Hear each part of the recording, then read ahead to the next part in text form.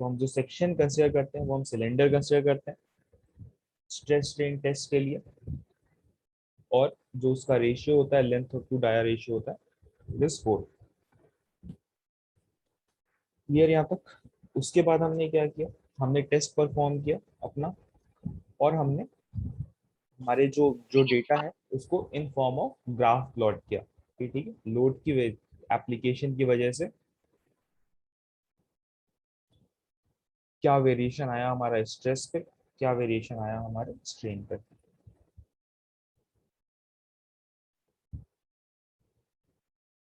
So this is your y-axis, this is your x-axis.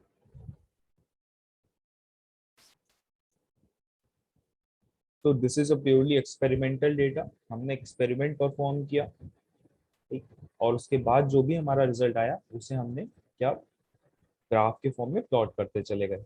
This axis पे, इस axis पे हमारी स्ट्रेस है, वाई एक्सिस पे दिस इज योर स्ट्रेस, और एक्स एक्सिस पे हमारी स्ट्रेन है। इनिशियली स्ट्रेस क्या होता है, this is stress, stress was force या फिर load upon area area, area and what was the change in length, by original length upon में। ठीक है। अब हमने टेस्ट परफॉर्म करना स्टार्ट किया।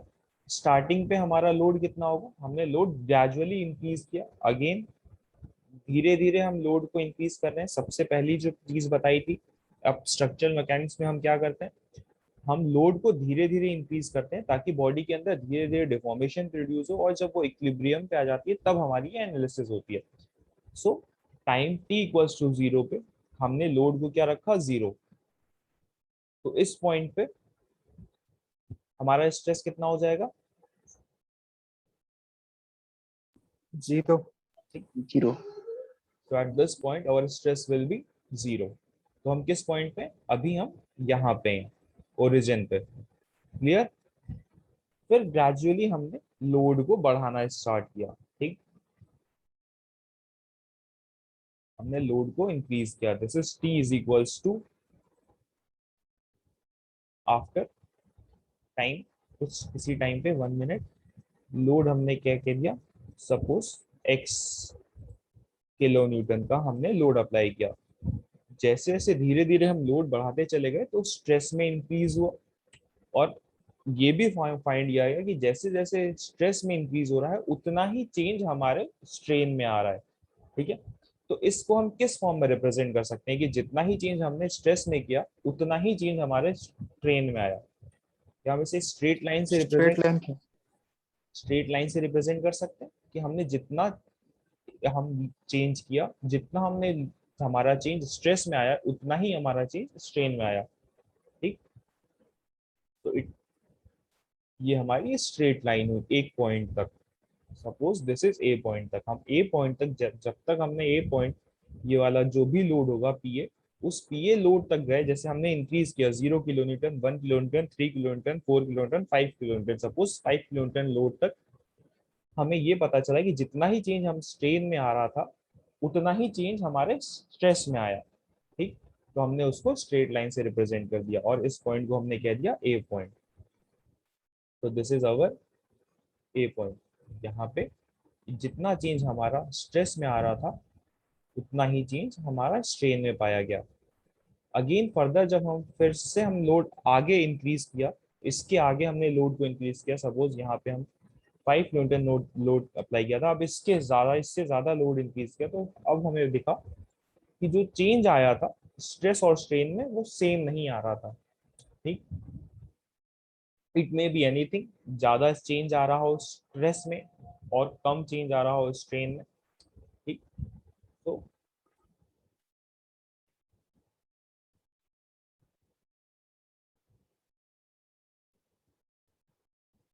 ये हमारा नेक्स्ट क्वेश्चन था। ठीक, हमने ए पॉइंट को कह दिया क्योंकि यहाँ पर स्ट्रेस और स्ट्रेन में चेंज सेम आ रहा था, हमने इसे नाम दे दिया लिमिट ऑफ प्रोपोर्शनैलिटी। क्यों लिमिट ऑफ प्रोपोर्शनैलिटी कहा? क्योंकि जितना ही चेंज हमारा स्ट्रेस में आया उतना ही चेंज हमारा स्ट्रेन में आया। This is our A point. A point को हमने कह दिया क्या? Limit of proportionality.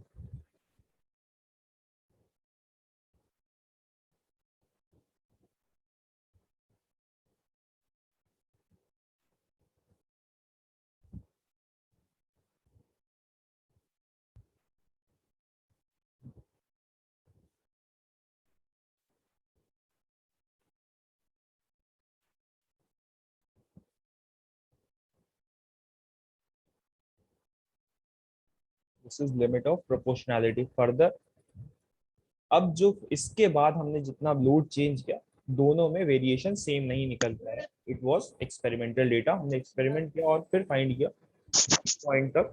This is B point.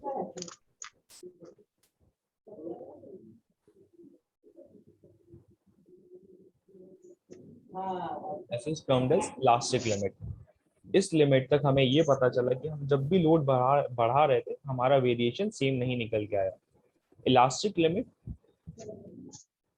वो लिमिट होती है अगर आपने इस लिमिट से पहले अपना लोड, ये पॉइंट इसलिए हमारा सिग्निफिकेंट हो गया क्योंकि इस लिमिट तक, बी पॉइंट तक अगर आप लोड को रिमूव कर दोगे तो हमारी बॉडी होगी वो अपने ओरिजिनल शेप में आ जाएगी। ओरिजिनल शेप का मतलब क्या हुआ? सपोज उसकी लेंथ एल थी, अगर आपने उस पर लोड लगाया और लोड इस तरीके से लगाया कि जो हमारा स्ट्रेस था वो इस पॉइंट तक आ रहा था, सिग्मा बी तक, ठीक है।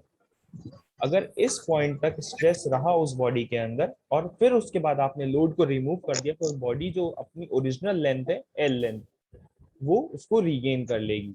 बट बियॉन्ड दैट पॉइंट अगर आप इस पॉइंट के बाद आपने लोड को इस तरीके से लगाया कि जो लोड हमारा जो स्ट्रेस प्रोड्यूस हुआ वो सिग्मा बी से ज्यादा प्रोड्यूस हो गया, उस केस में अगर आप जब लोड रिमूव करोगे उसके अंदर कुछ ना कुछ डिफॉर्मेशन रह जाएगा। डिफॉर्मेशन रहने का मतलब क्या? अगर वो बॉडी एल लेंथ की थी, सपोज बॉडी हमारी एल लेंथ की थी और लोड इस तरीके से लगाया, उस लोड की वजह से जो स्ट्रेस प्रोड्यूस हुआ सिग्मा बी से ज्यादा हो गया, ठीक है। अब जब इस पे ये लोड रिमूव होगा हमारी बॉडी के ऊपर से तो इसके अंदर कुछ ना कुछ डिफॉर्मेशन, जिसे हम परमानेंट डिफॉर्मेशन कह देते हैं, ये रह जाएगा। दिस इज डेल्टा एल, ठीक है। दिस इज डेल्टा एल, ये इसके अंदर डिफॉर्मेशन रह जाएगा। ये ऐसा फाइंड आउट किया गया एक्सपेरिमेंट के थ्रू, ठीक। तो बी पॉइंट हमारे लिए इसलिए सिग्निफिकेंट हो गया कि ये वो पॉइंट होता है जहां तक अगर हम लोड लगाएंगे तो उस लोड को रिमूव करने के बाद हमारी जो बॉडी है वो अपना ओरिजिनल शेप रीगेन कर लेगी, ठीक। 0 से ए तक हमारा कर्व कैसा था? लीनियर था। जितना चेंज हमारा स्ट्रेस में आ रहा था उतना ही चेंज हमारा स्ट्रेन में आ रहा था। बट ए टू बी ये कर्व कैसा है? नॉन लीनियर, ठीक है। This is non linear curve, मतलब यहाँ पे क्वेश्चन में हमारा जो स्ट्रेस का चेंज हो रहा है स्ट्रेन के साथ वो लीनियर नहीं है on increasing of load. This curve is non linear. The next of the point is yield point.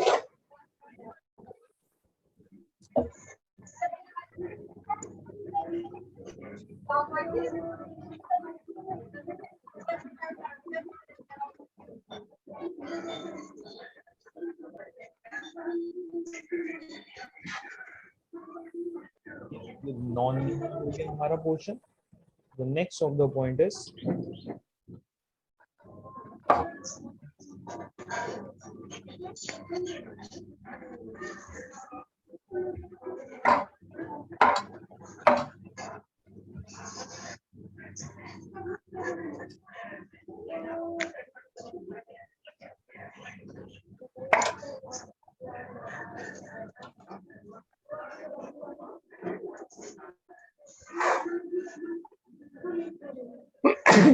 हमारे दो main constraint, this is upper yield point, this is lower yield point. Yield point क्या? ये वो point होते हैं जहां तक load का और लोड की वजह से जो स्ट्रेस और नॉन लीनियर रहता है। पर beyond this point, yield point, इसके बाद क्या होता है? अगर आपने स्लाइटली भी लोड चेंज किया तो स्ट्रेस में इंक्रीज नहीं होगा, बट बहुत ज्यादा हमारा स्ट्रेन में इंक्रीज दिखता है हमारी बॉडी के अंदर. This will be a significant change in a strain with a slightly change of load. ठीक है. आप पर उसके अंदर हमारी बॉडी के अंदर कोई भी स्ट्रेस नहीं चेंज होगा. ठीक है. So yield point is this point. This is upper yield point and this is lower yield point. हमारी बॉडी के अंदर बहुत ज्यादा डिफॉर्मेशन प्रोड्यूस हो जाएगा with very slightly change of stress. ठीक है. This is sigma C.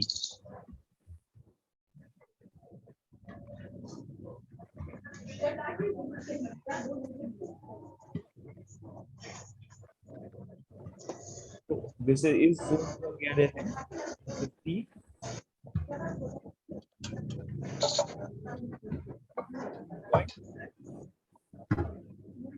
C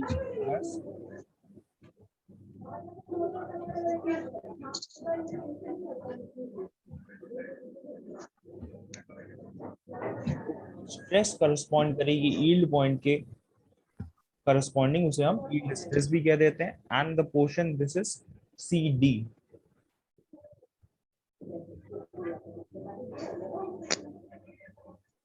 CD जो पोर्शन है इसे हम कहते हैं प्लास्टिक जोन. प्लास्टिक जोन इसलिए नाम दिया गया क्योंकि यहाँ पे विदाउट चेंज इन स्ट्रेस, अगर देखो बहुत नॉमिनल चेंज हुआ स्ट्रेस का. ठीक है. सिग्मा सी से अगर आपने थोड़ा सा भी लोड इंक्रीज किया तो लोड जैसे इंक्रीज करोगे तो स्ट्रेस इंक्रीज करेगी, पर बहुत कम चेंज के स्ट्रेस पे ही कितना सारा डिफॉर्मेशन हो गया. देखो कितना डिफॉर्मेशन है यहाँ से. दिस इज ये डिफॉर्मेशन सिग्निफाई कर रहा है ये portion the change in strain. कितना चेंज स्ट्रेन के अंदर हुआ with a nominal change in stress. बहुत कम स्ट्रेस के चेंज पे ही स्ट्रेन में कितना ज्यादा चेंज आ गया. इसे हम प्लास्टिक जोन कह देते हैं या फिर प्लास्टिक डिफॉर्मेशन कह देते हैं.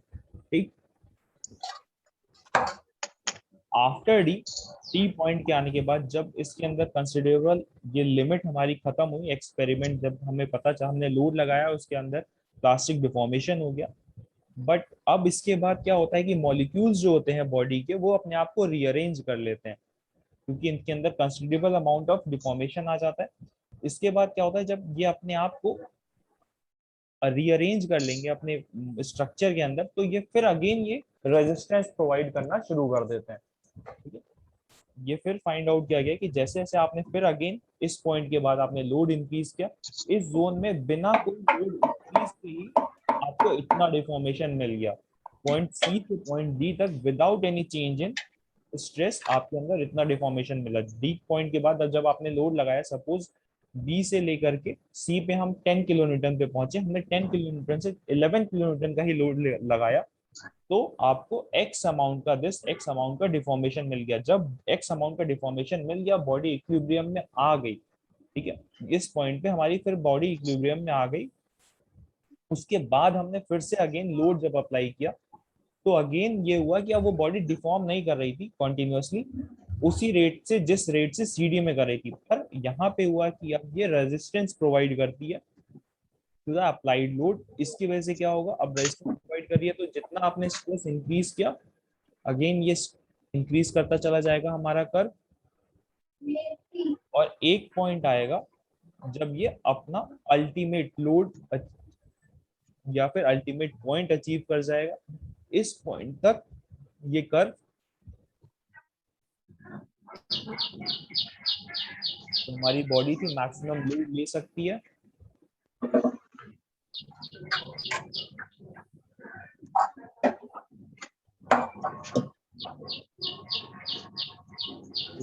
Ultimate point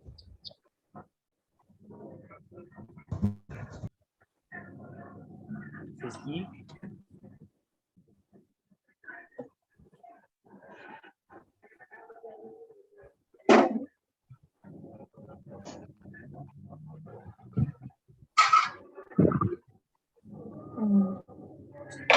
ultimate point.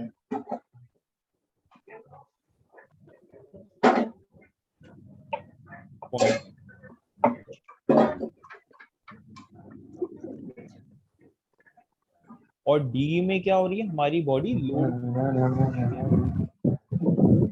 Extra load को रेजिस्ट कर रही है इस पोर्शन में, इसीलिए हम इसे स्ट्रेन हार्डनिंग जोन कह देते हैं। हमारी बॉडी जो है हार्डन होने लगती है, तो हमने इस जोन को कह दिया स्ट्रेन हार्डनिंग जोन।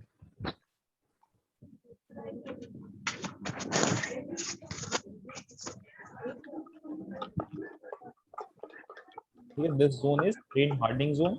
इस पॉइंट के बाद क्या होता है, बॉडी के अंदर इसका क्रॉस सेक्शन चेंज होने लगता है, नेकिंग होने लगती है किसी एक पॉइंट के corresponding. Suppose this was your body. अब इस पॉइंट के बाद लोड जब इस पॉइंट तक रीच कर गया, अब क्या होता है, इसके अंदर फेल्योर आने लगता है।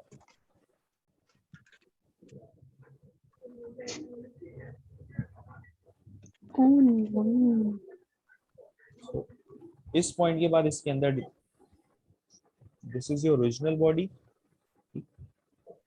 अब जो बना रहा हूँ ये इसका डिफॉर्म्ड शेप होगा कि ई पॉइंट के बाद इसके अंदर क्या चेंज आएंगे, किसी एक पॉइंट के अबाउट अब ये सेक्शन इसका कम होने लगता है। ठीक है, जैसे नेक होती है हमारी, पतली होती जाती है, ये एक किसी सेक्शन के अबाउट इसका एरिया कम होता चला जाएगा। फिर धीरे धीरे जैसे से एरिया कम होगा तो स्ट्रेस इंक्रीज करता चला जाएगा। Stress is what, force upon area. आप अब इस सेक्शन के अबाउट देखोगे तो एरिया कम होता जा रहा है। ठीक, तो बहुत ज्यादा सिग्निफिकेंट स्ट्रेस बन जाती है, इंक्रीज कर जाती है, और उसकी वजह से क्या होता है, फेल्योर आ जाता है बॉडी के अंदर। ई एफ जोन को हम नेकिंग जोन कह देते हैं, and the F point is known as fracture point या फिर breaking point. E F is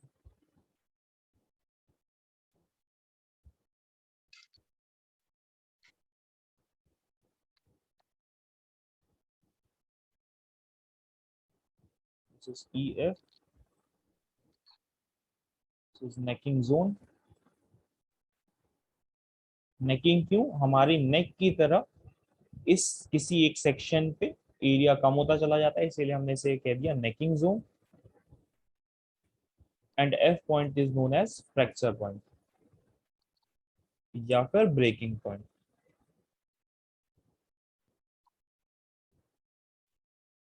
fracture point या फिर breaking point.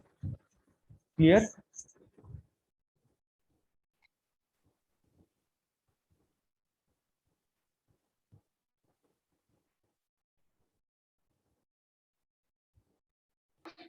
Zero A point की बहुत ज्यादा इंपॉर्टेंट प्रॉपर्टी मैंने बताई थी। क्या प्रॉपर्टी बताई थी जीरो से ए पॉइंट तक की, कोई बताएगा? सर लीनियर रहती है सर। सर वो लीनियर यूनिफॉर्म होती है सर। सर लीनियर रहती है, इसमें कोई डिफॉर्मेशन नहीं होती। डिफॉर्म नहीं होती, देखो एक पॉइंट बताया लीनियर रहती है, बहुत करेक्ट है, ये करेक्ट बात है। इसके अलावा एक पॉइंट और बताया था,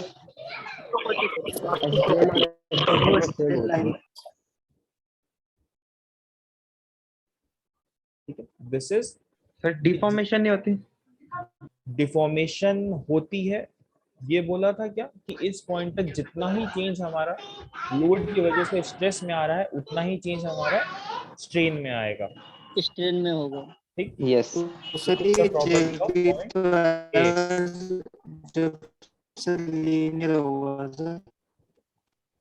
stress is not equals to strain, change in stress is equals to change in strain.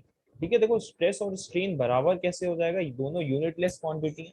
ठीक, चेंज का मतलब समझते हो? चेंज का मतलब देखो, ये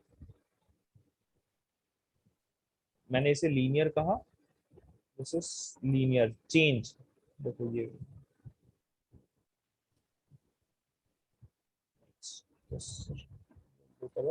दिस इज दिस।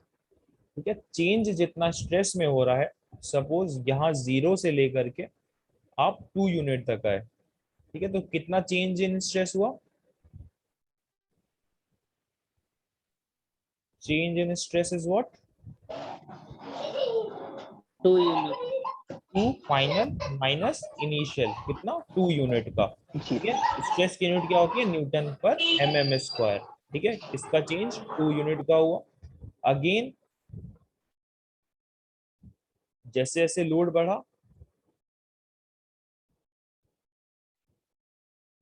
तो दिस इज 4, तो यहाँ पे चेंज कितना हुआ from this is A point 0 to A to B, change कितना हुआ यहाँ पे 2 सर। A से B में कितना चेंज हुआ 2 4 Newton per mm minus square 2, this is again 2 Newton पर मीटर स्क्वायर। अब उसके करस्पॉन्डिंग स्ट्रेन कितना था यहाँ पे 0.004, ठीक है। अब A से O से A में आने में कितना चेंज हुआ स्ट्रेन का,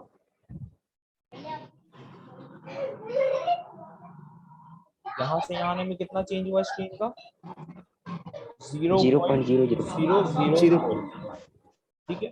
अगेन अब इस पॉइंट पे यहाँ कितना स्ट्रेन है 0.008, 0.0 ठीक है।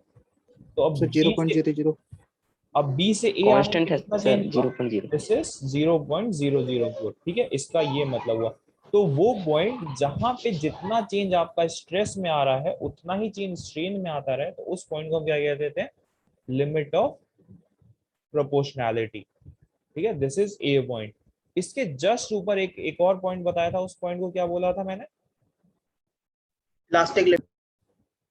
इलास्टिक लिमिट, ठीक है। This is termed as elastic limit. देखो उसके नाम में ही बहुत ज्यादा उसकी प्रॉपर्टी डिस्क्राइब्ड है इलास्टिक लिमिट। इससे एक नई प्रॉपर्टी आती है जिसे हम क्या कह देते हैं इलास्टिसिटी, जो सिर्फ और सिर्फ इस पॉइंट के लिए डिफाइन की गई। This is elasticity. इलास्टिसिटी क्या होती है, बी पॉइंट पे मैंने क्या बताया था, बी पॉइंट की प्रॉपर्टी क्या होती है, क्यों हमने इस पॉइंट को सिग्निफिकेंट बताया था, क्योंकि सर वहां से क्या कहते हैं उसके बाद फोर्स लगाएंगे तो सर डिफॉर्मेशन होना चालू हो जाएगा सर। हाँ उससे पहले क्या होता है, डिफॉर्मेशन होगा। उससे पहले क्या होगा, उससे पहले टेम्परेरी डिफॉर्मेशन होगा, वो अपनी ओरिजिनल सिचुएशन गेन कर लेगी। यस सर, उसके बाद परमानेंट हो जाता है सर। बात नहीं, हमें उससे पहले की प्रॉपर्टी क्या होगी, अगर उसके बाद परमानेंट डिफॉर्मेशन हो जाता है तो उससे पहले क्या होता है सर उससे पहले change in stress not equal to change in strain होता है सर। वो हमारी ओरिजिनल सिचुएशन गेन कर लेगी। हाँ प्लास्टिक ठीक है। इस A से B पॉइंट के बीच में हमारा जो चेंज इन स्ट्रेस होता है वो चेंज इन स्ट्रेन तक नहीं होता है, पर ये तो सिर्फ और सिर्फ A और B की प्रॉपर्टी हो गई। अगर मैं कहूँ 0 से B तक की एक क्या स्पेशल प्रॉपर्टी मैंने बताई थी आपको, एक स्पेशल प्रॉपर्टी बताई थी 0 से लेकर B तक एक, यस सर बताया था ना कि ओरिजिनल वो गेन कर लेगा अपना हाँ। ओरिजिनल। तो इसी प्रॉपर्टी को हमने दूसरा नाम दे दिया क्या, इलास्टिसिटी। वो लोड या फिर वो प्रॉपर्टी जब जब तक अगर हमने लोड लगाया, अगर वो उस लोड को हमने रिमूव किया तो वो जो है हमारा ओरिजिनल डायमेंशन गेन कर ले, तो उस प्रॉपर्टी को हम क्या कहते थे इलास्टिसिटी, ठीक है। Elasticity is that property of a metal due to which after unloading initial dimensions are recovered, ठीक है। वो प्रॉपर्टी जब अगर मेटल के ऊपर से या किसी भी एलिमेंट के ऊपर से हमने लोड रिमूव किया, अगर वो ओरिजिनल शेप रीगेन कर ले रही है तो उस प्रॉपर्टी को हम क्या कहते हैं इलास्टिसिटी। क्लियर। इलास्टिसिटी को समझने के लिए देखो this is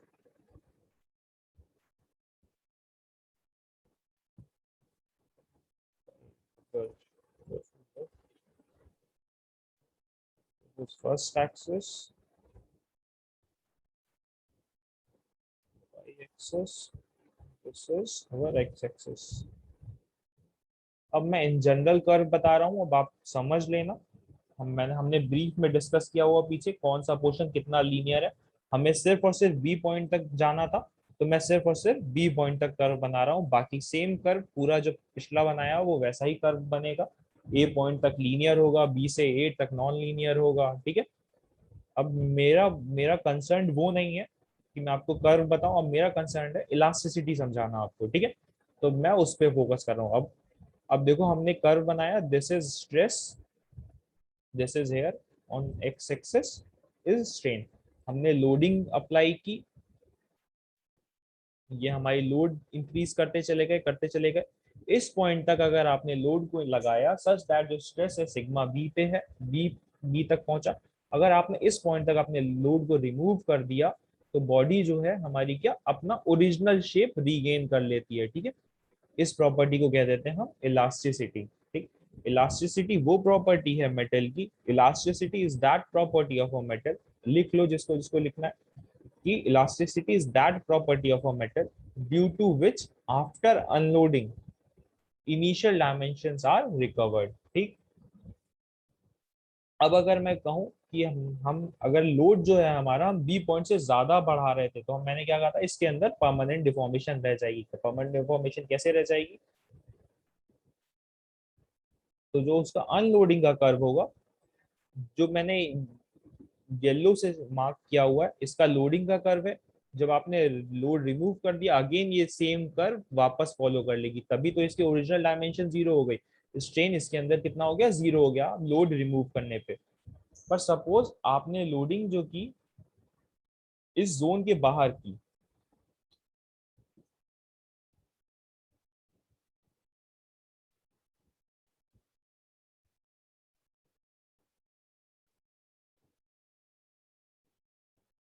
so this is our O point, this is our B point। ठीक, आप लोडिंग किया आपने, तो दिस इज अवर लोडिंग कर, लोड करते चले गए इसे और आपने लोडिंग इस तरीके से की आपकी सिग्मा बी क्रॉस कर गए। ठीक है, सपोज आपने लोडिंग कर दी this our A B C D, वहां पे बता दिया था this is our G point, कोई भी पॉइंट लिया हमने जी पॉइंट तक। अब अगर आपने इस लोड को रिमूव किया स्ट्रक्चर से तो जो ये कर्व फॉलो करेगी this will not be this same previous curve, it will follow a new curve. और इसके अंदर क्या परमानेंट डिफॉर्मेशन। परमानेंट डिफॉर्मेशन आ जाएगा। डिफॉर्मेशन कैसे आएगा, अब ये देखो, अब जो है इसने ये अनलोडिंग के लिए ये कर्व फॉलो किया। ठीक है, अब इसके अंदर कितना परमानेंट डिफॉर्मेशन रह गया, this is our permanent deformation. ठीक है, this is our permanent deformation, this curve is our unloading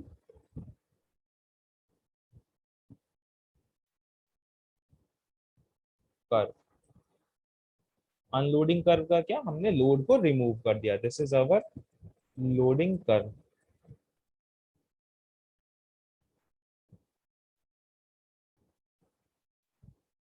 clear, this is limit of proportionality. यहाँ की क्या प्रॉपर्टी बताई, चेंज कितना जो स्ट्रेस में हो रहा है वो हमारा उतना ही स्ट्रेन में भी होगा। तो this is stress like proportional to here strain। okay, मैं इस प्रोपोर्शनैलिटी साइन को हटा करके कोई कांस्टेंट लिख सकता हूँ। Yes sir. तो stress symbolise as sigma is equals to what, E. मैंने ई कांस्टेंट लगाया और क्या कह दिया, स्ट्रेन एप्सिलॉन। ठीक है, मैं ये लिख सकता हूँ।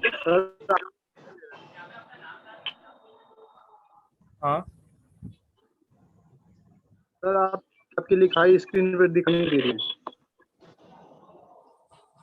दिख रही है सर, दिख रही है, नेटवर्क स्लो होगी उस। आप एक बार बंद करके फिर से वो कर लो, रिज्वाइन करो।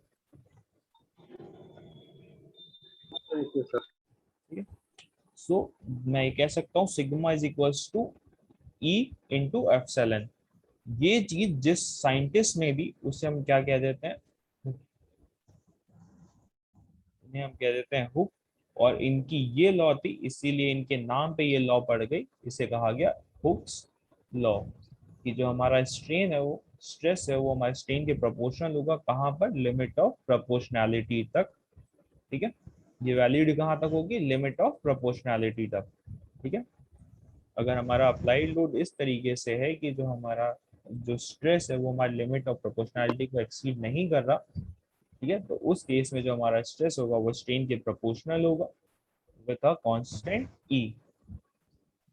ई कांस्टेंट को यहाँ पे सारी चीजें आपको पता है, sigma is stress, E is epsilon is strain, और यहाँ पे नया पैरामीटर जो इंट्रोड्यूस हुआ ई, उसे हम क्या कह देते हैं, यंग्स मॉडुलस, या फिर मॉडुलस ऑफ इलास्टिसिटी, या फिर कोफिशिएंट ऑफ इलास्टिसिटी। इसके इतने नाम थे। This constant is termed as coefficient,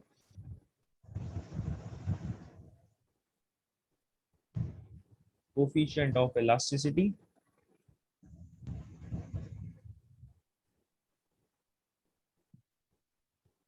या फिर modulus of elasticity, modulus of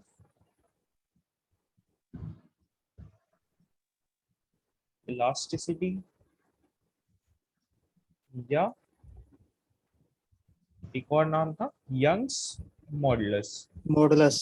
ठीक है, this is Young's, this is YOUNGS, Young's, and this is modulus. Clear? तो इसको इतने नाम दिया गए।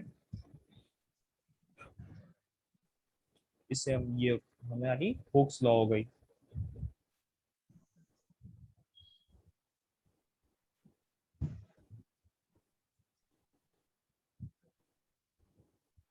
क्लियर यहां तक?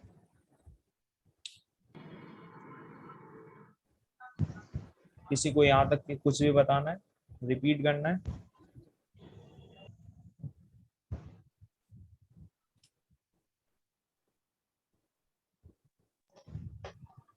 Sir Hooke's law point A तक वैलिड है ना केवल? हाँ, हुक्स लॉ जो हमारी जहां तक स्ट्रेस हमारा स्ट्रेन के प्रोपोर्शनल होगा वहां तक हमारी वैलिड होती है, और हमारा जो प्रोपोर्शन कहाँ होता है, ए पॉइंट तक प्रोपोर्शनल होता है।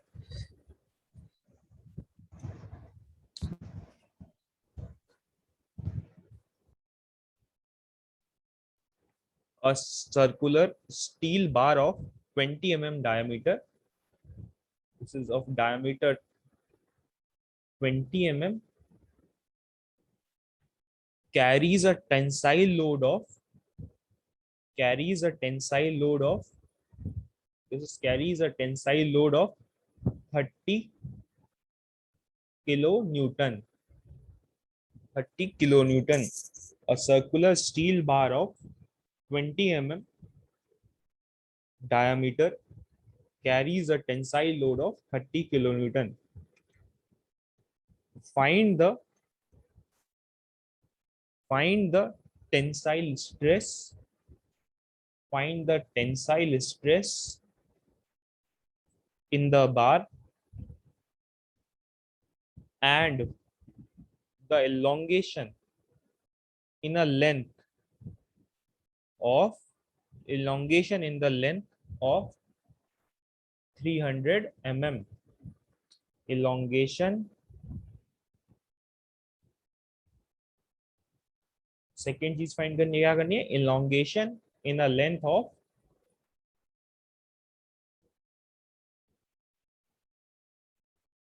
300 mm. The Young's modulus, the Young's modulus is 2 into 10 की power 5 Newton per mm square. The Young's modulus is 2 into 10 की power 5 Newton per mm square.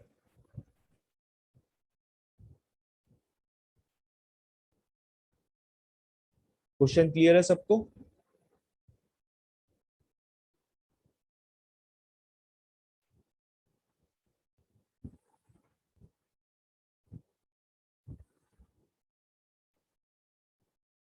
Yes sir. ठीक है, बताओ।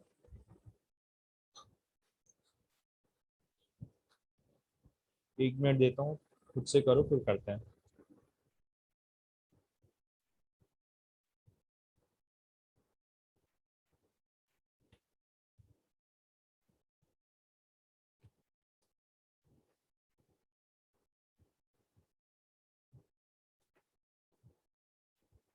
So it's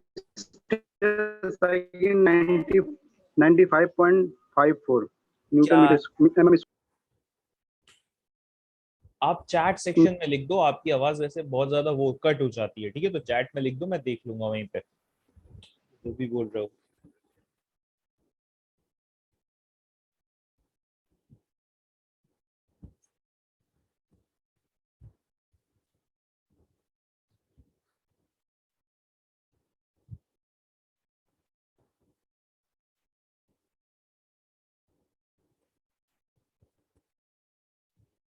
सब लोग सॉल्व करेंगे?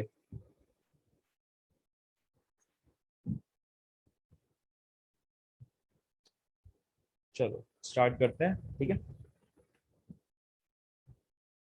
क्या कह रहा है, हमें फाइंड क्या करना है, पहले पार्ट में फाइंड करना है, फाइंड द टेंसाइल स्ट्रेस, ठीक है। लोड कैसा है, टेंसाइल लोड, ठीक है। देखो यहाँ पे ध्यान देना, टेंसाइल लोड लग रहा है, दिस इज सॉल्यूशन। तो टेंसाइल लोड लग रहा है, तो टेंसाइल लोड की वजह से किस टाइप का स्ट्रेस प्रोड्यूस होगा? Tensile stress.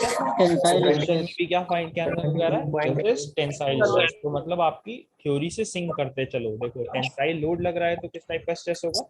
अब ये क्वेश्चन अगर नहीं भी गिवन होता तो आपको खुद पता होना चाहिए एनालिसिस करके कि अगर टेंसाइल लोड लग रहा है तो किस टाइप का स्ट्रेस, टेंसाइल स्ट्रेस, ठीक है। क्या कह रहा है, सर्कुलर स्टील बार, ठीक है, सर्कुलर स्टील का बार है। सो आपके एनालिसिस के लिए बता रहा हूँ, this is circular steel bar, circular bar था स्टील का। सर्कुलर बार पे कैसा लोड लग रहा है, टेंसाइल लोड लग रहा है। लोड कितना लग रहा है, 30 किलोन्यूटन का। तो इसकी वजह से टेंसाइल स्ट्रेसेस प्रोड्यूस होंगे, ठीक है। इसने डायमीटर स्पेसिफाई कर दिया है 20 mm, ठीक है, दिस इज 20 mm। अब ये क्या कह रहा है, इसकी वजह से जो टेंसाइल स्ट्रेस प्रोड्यूस होंगे आप वो फाइंड करके मुझे बता दो।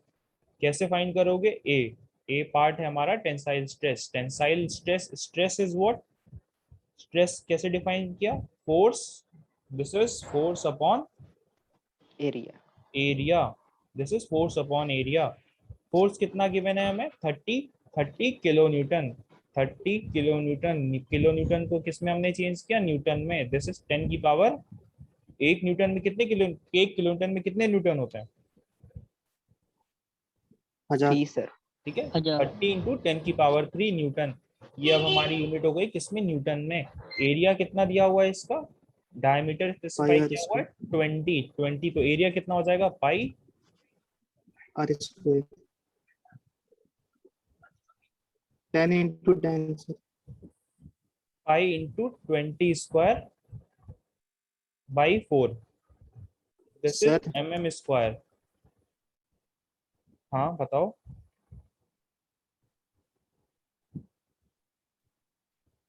तो वैल्यू कितनी आ गई है,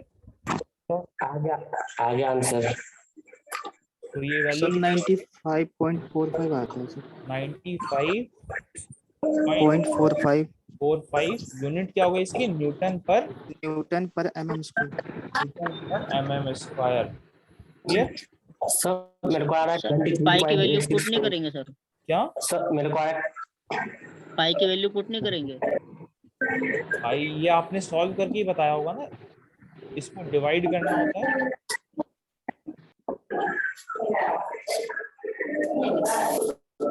पाई की वैल्यू कितनी होती है,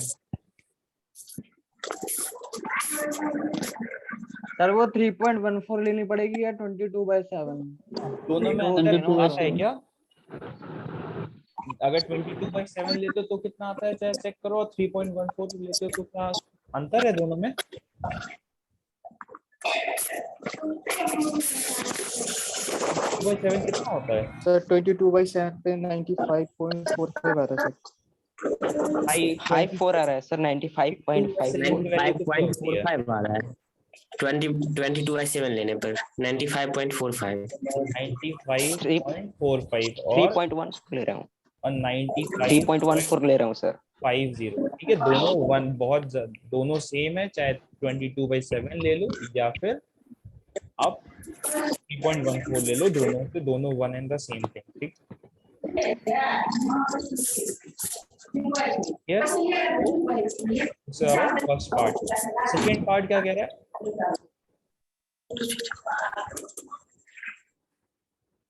सेकेंड पार्ट क्या फाइंड आउट करने को कह रहा है? elongation.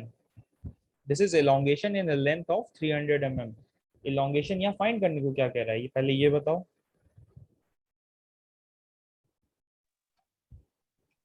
कौन सा पैरामीटर हमें यहाँ सर फाइंड करना है? Delta L strain sir. elongation, ठीक है. यहाँ पे हमें फाइंड करना है क्या? डेल्टा एल, स्ट्रेन नहीं फाइंड करना है, ठीक है. elongation फाइंड करने को कह रहा है. That is Okay, delta sir, okay, L. sir. elongation is a length of 300 mm. ठीक है. तो अब सर ये स्ट्रेन कैसे, पता रहेगा तब तो ये फाइन करेंगे। तो अब देखो कैसे पता है. देखो स्ट्रेन पता है कि नहीं पता, पता करते हैं. हुक्स लॉ क्या कहती है? As per Hooke's law stress is what? E into directly proportional to the E into sigma. ठीक है. सिग्मा की वैल्यू हमें पता है कितनी? 95.4. दिस इज इन न्यूटन पर एमएम स्क्वायर. ध्यान रखना जो सारी यूनिट्स होनी चाहिए वो सेम होनी चाहिए. ठीक है. अगर स्ट्रेन हमारा यूनिटलेस हो गया, ई हमारा क्या है? ई की यूनिट कितनी क्या होगी? जो फिर हमारी सिग्मा की यूनिट होगी. ठीक है. दोनों इक्वल है तो जितनी यूनिट जो इसकी यूनिट होगी वही ई की यूनिट होगी. ई हमारा कितना दिया हुआ है? 2 × 10⁵ किस में दिया हुआ है? न्यूटन पर एमएम स्क्वायर में. दिस इज 2 × 10⁵ न्यूटन पर एमएम स्क्वायर इनटू स्ट्रेन क्या? Change in length. इसे लिख सकता हूँ delta L change in length by original length. ये लिख सकता हूँ स्ट्रेन को. Yes sir. ठीक. तो हमें फाइंड क्या करना है? डेल्टा एल फाइंड करना है. एल की वैल्यू हमें कितनी स्पेसिफाई की गई है? 300 mm. तो अब इसे सॉल्व कर लो. यहाँ से क्या आ जाएगा? Delta L change in length आ जाएगा. चेंज इन लेंथ कितना आ रहा है बताओ? 0.144 mm 0.1. 1.144 good. This is 0.144 mm. ठीक. अब क्लियर ये question? Yes sir. Yes sir clear.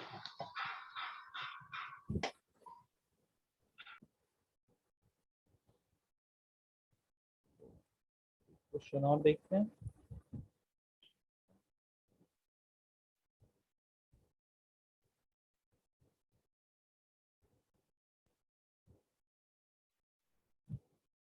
तो क्वेश्चन कह रहा है a crane is to lift a load of. Next question is a crane is to lift a load of a crane is to lift a load of 30 kilonewton. A crane is to lift a load of 30 kilonewton. What should be diameter? What should be the diameter of steel wire? What should be the diameter of steel wire of the crane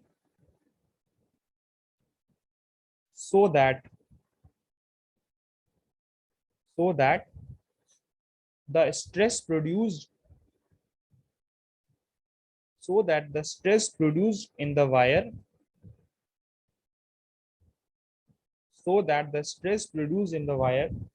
does not exceed 100 Newton per mm square. Also calculate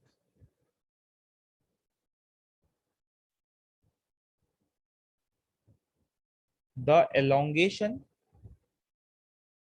Also calculate the elongation per meter length of the rope. Also calculate the elongation per meter length of the rope.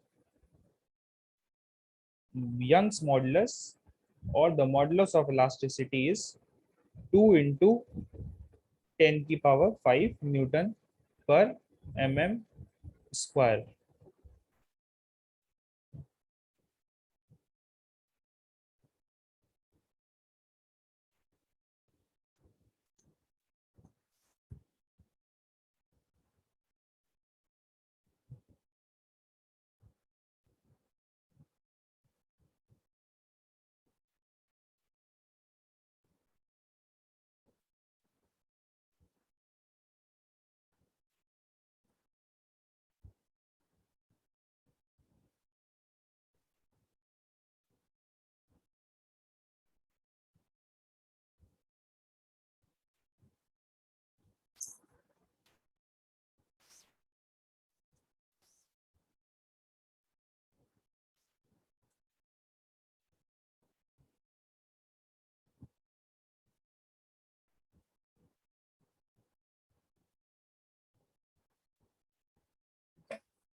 So question क्या कह रहा है, crane is to lift a load of इतना 30 kilonewton. What should be the diameter of steel wire crane so that the stress produced in the wire does not exceed 100 Newton per mm square? तो यहाँ पे क्या क्या क्या find करना है सबसे पहले पार्ट में, किसी का आया आंसर? Diameter sir. ठीक, तो हमें डायमीटर फाइंड करना है। This is a part. Stress हमारा कितना एक्सीड नहीं करने को कह रहा है, 100 न्यूटन पर mm स्क्वायर। तो stress is what, force 100 upon area. Stress कितना है हमारा, 100।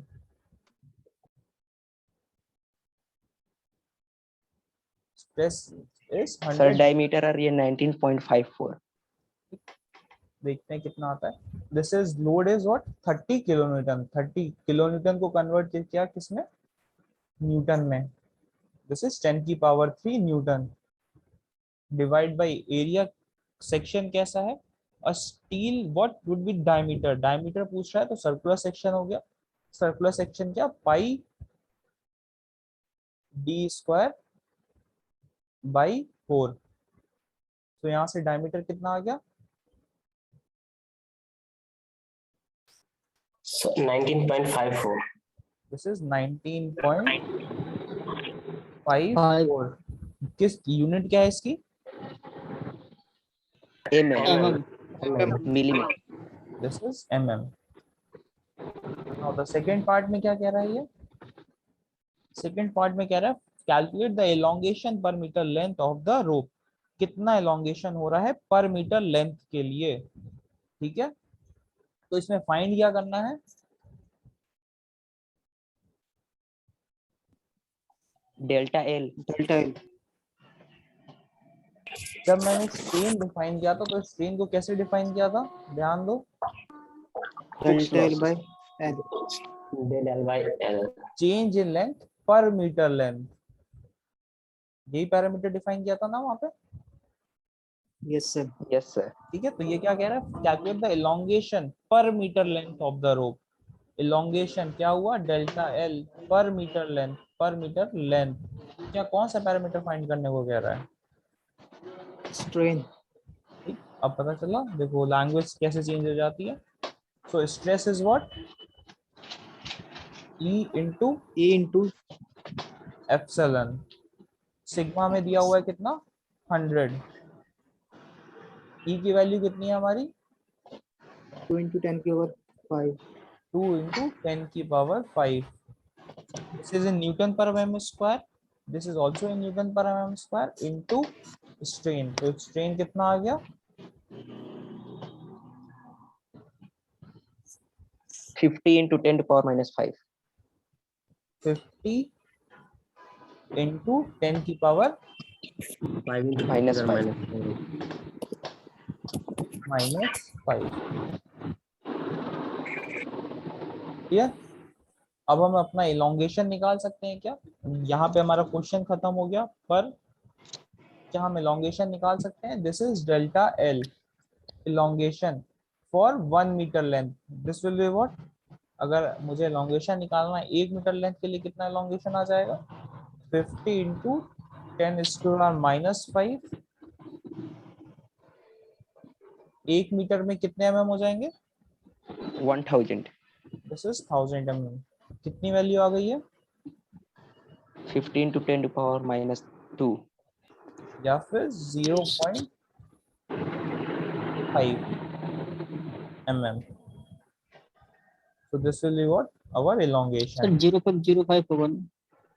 50 into 10 की पावर minus 2 ही बताया ना, यस 0.5 ही होगा। 0.5 होगा ना। क्लियर? यस ठीक है, Yes, sir, clear. Okay. Next class में आगे कंटिन्यू करेंगे। Thank you class. Sir recording send कर दीजिएगा सर। ठीक है।